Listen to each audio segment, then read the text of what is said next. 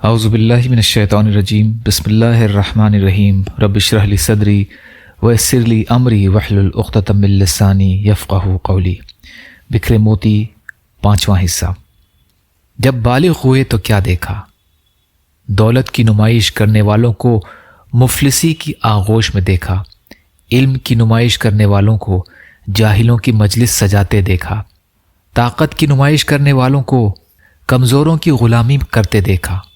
عبادت کی نمائش کرنے والوں کو دین سے منہ موڑتے دیکھا، سخاوت کی نمائش کرنے والوں کو صدقات کی روٹی پر پلتے دیکھا،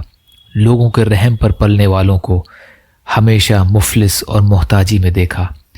دین سے دنیا کمانے والوں کو چہرے سے رونق اڑتے دیکھا، صبر اور شکر کرنے والوں کو دنیا میں باوقار دیکھا، حسد اور کینہ میں جلنے والوں کو روزی کی تنگ دستی میں دیکھا، جھوٹ بولنے والوں کو ایمان سے دور ہوتے دیکھا، غصے میں رہنے والوں کو عقل کی محرومی میں دیکھا، لوگوں سے امیدیں رکھنے والوں کو نا امید اور پریشان دیکھا، لوگوں سے سوال کرنے والوں کو بے عزتی کے عالم میں دیکھا، سچی توبہ کرنے والوں کو عبادت میں لذت لیتے دیکھا، گناہوں میں جینے والوں کو پریشانی کی دلدل میں دھنستے دیکھا، بندوں کے حقوق جھٹلانے والوں کو اپنے حق پر روتے دیکھا،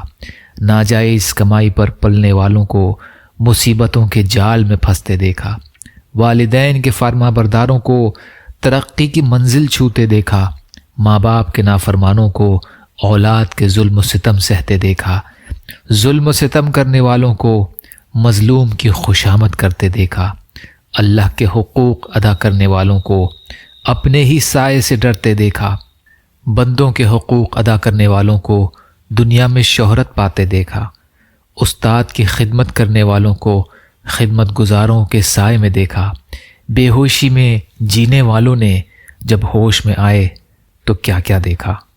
بے ہوشی میں جینے والوں نے جب ہوش میں آئے تو کیا کیا دیکھا؟ یا اللہ ہم سب کو کہنے سننے سے زیادہ عمل کی توفیق عطا فرما۔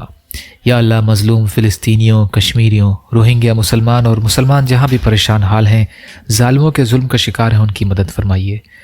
یا اللہ جو مانگا وہ بھی عطا کر دیجئے، جو مانگنے سے رہ گئے وہ بھی عطا فرمائیے۔ سبحان ربک رب العزت عما یصفون وسلام علی المرسلین والحمد للہ رب العالمین برحمتک یا ارحم الراحمین لا الہ الا اللہ محمد رسول اللہ۔ السلام علیکم۔